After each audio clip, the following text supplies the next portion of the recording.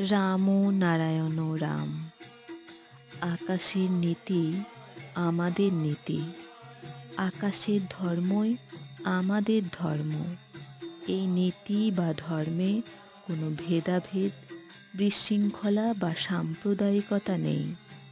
সেখানে আছে শৃঙ্খলা, আছে ঐক্য, আছে প্রেম প্রীতি বা ভালোবাসা, আছে সর্বশক্তি ও গুণের সমন্বয়। এই নীতি ও ধর্মকে বর্ণনায় আনা চলে না, ব্যাখ্যায় আখ্যা দেওয়া চলে না। এই নীতি ও ধর্মকে পাথেয় করেই জীবন পথের পথিক হিসাবে এগিয়ে চলতে হবে। রাম নারায়ণ রাম।